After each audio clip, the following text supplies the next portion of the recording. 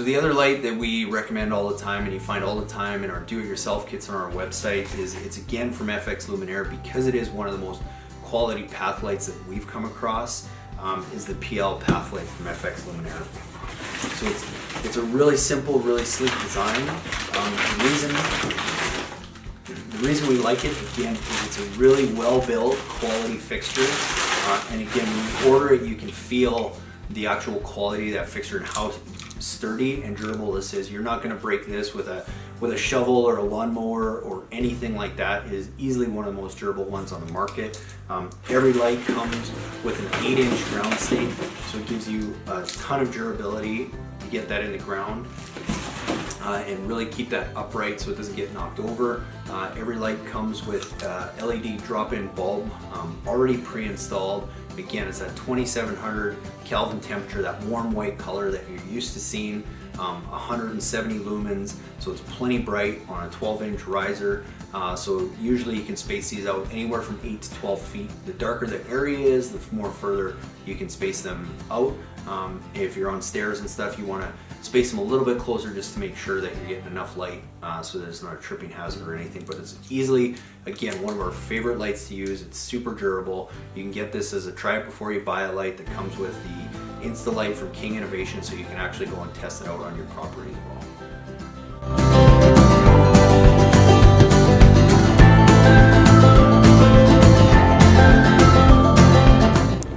Okay, so on this project we're using uplights and path lights, and what we've done is we've just chosen to use 3 path lights on this rock stepway here, and we've basically got one back there, we've got one here, and then we've got one over there. So we've just kind of put them on both sides. We don't need a whole ton.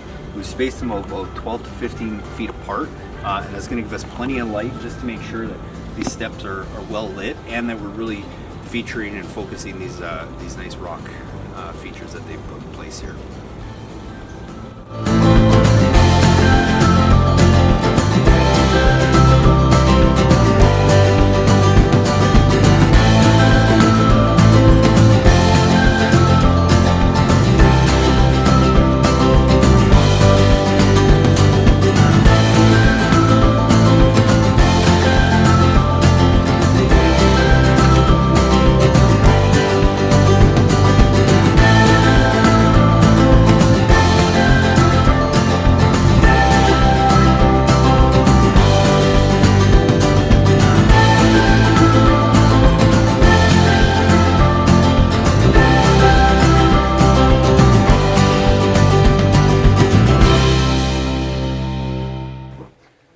Hey guys, so the final light that we've chosen in this project is we're using some path lights. As you can see along me, there's a few of them, but we've got them spread out pretty sparsely. I mean, they're roughly about 15 feet.